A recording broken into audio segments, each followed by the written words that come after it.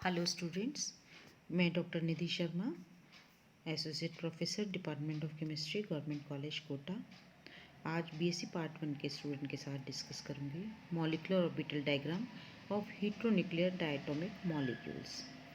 देखिए, हमने इससे पहले वाले वीडियो में डिस्कस किया था molecular orbital diagram of homonuclear diatomic molecules, जहाँ पर दोनों एटम्स जो हैं वो कैसे थे, सेम एनर्जी के थे, एक ही एलिमेंट के एटम्स थे और सेम एनर्जी के थे। लेकिन आज हम जो डिस्कस करेंगे वो है हेटेरोन्यूक्लियर डायटोमिक मॉलिक्यूल्स, मतलब अलग अलग एलिमेंट्स के एटम मिलके जब मॉलिक्यूल बनाते हैं तो हम उसे बोलते हैं हेटेरोन्यूक्लियर डायटोमिक मॉलिक्यूल्स।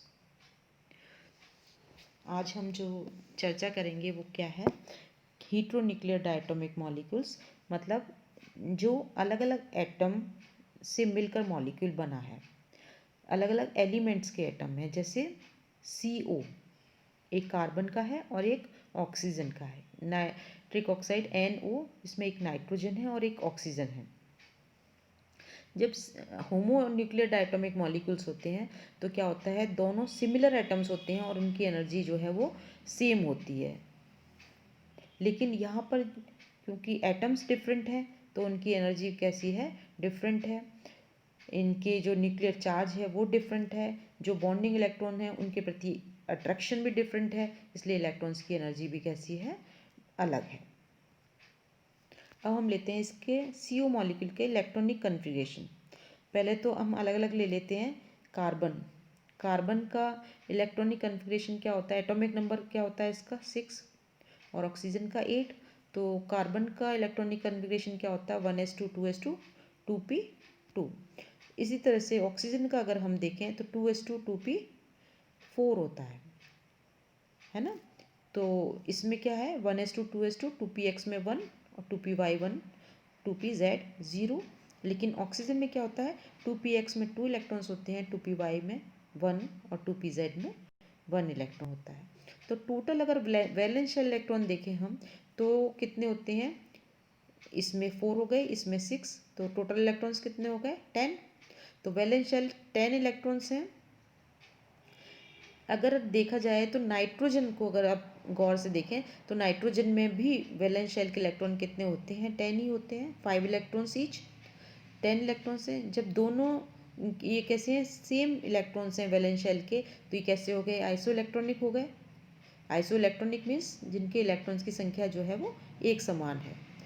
तो हम ये सोचते हैं कि इसका जो एनर्जी लेवल डायग्राम है वो भी कैसा होना चाहिए, सेम होना चाहिए।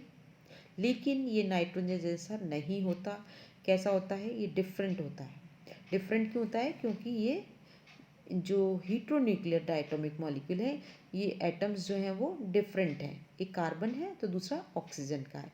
नाइट्रोजन में क्या है, दोनों एटम्स सेम एलिमेंट के हैं, इसलिए उनकी एनर्जी में डिफरेंस नहीं है।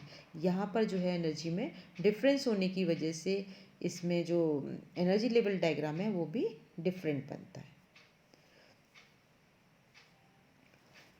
अब देखिए, अगर हम इसका वो निकालें बॉन्ड और पहले हम मॉलिक्यूलर ऑर्बिटल कन्फिग्रेशन देखते हैं।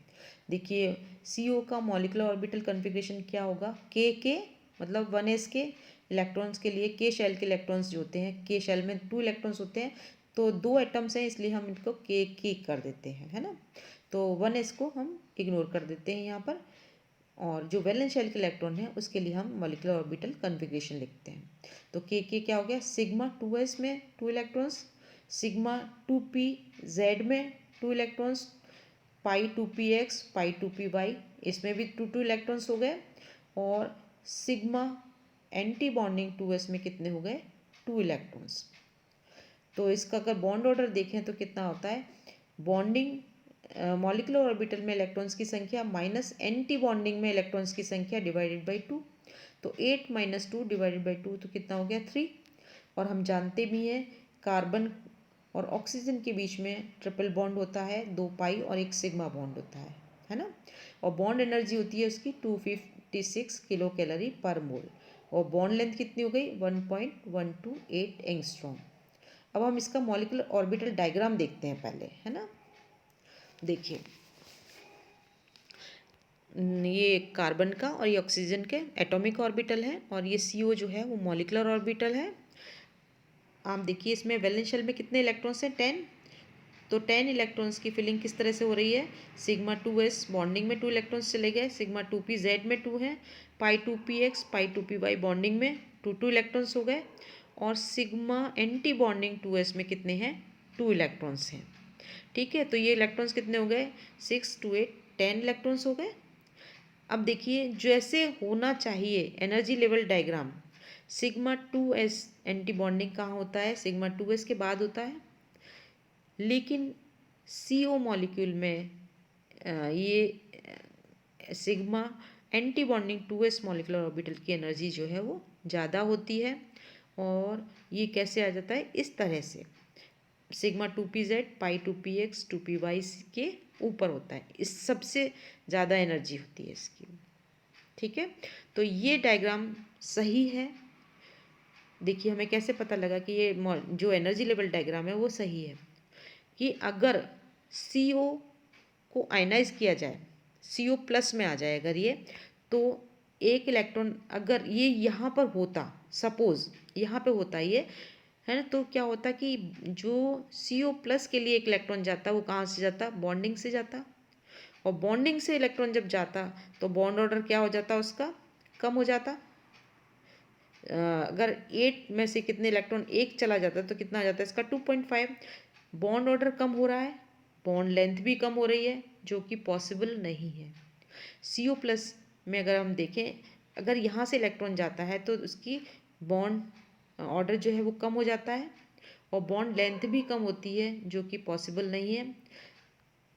होना कैसे चाहिए, देखिए यहाँ देखिए यहाँ पर 3 है। अब आप देखिए इसमें एक इलेक्ट्रॉन अगर निकाल देते हैं, है ना, तो वो एंटी बॉन्डिंग से अगर जाता है, सिग्मा 2s एंटी बॉन्डिंग से जाता है, तो क्या आता है, इसका बॉन्ड ऑर्डर बढ़ जाता है।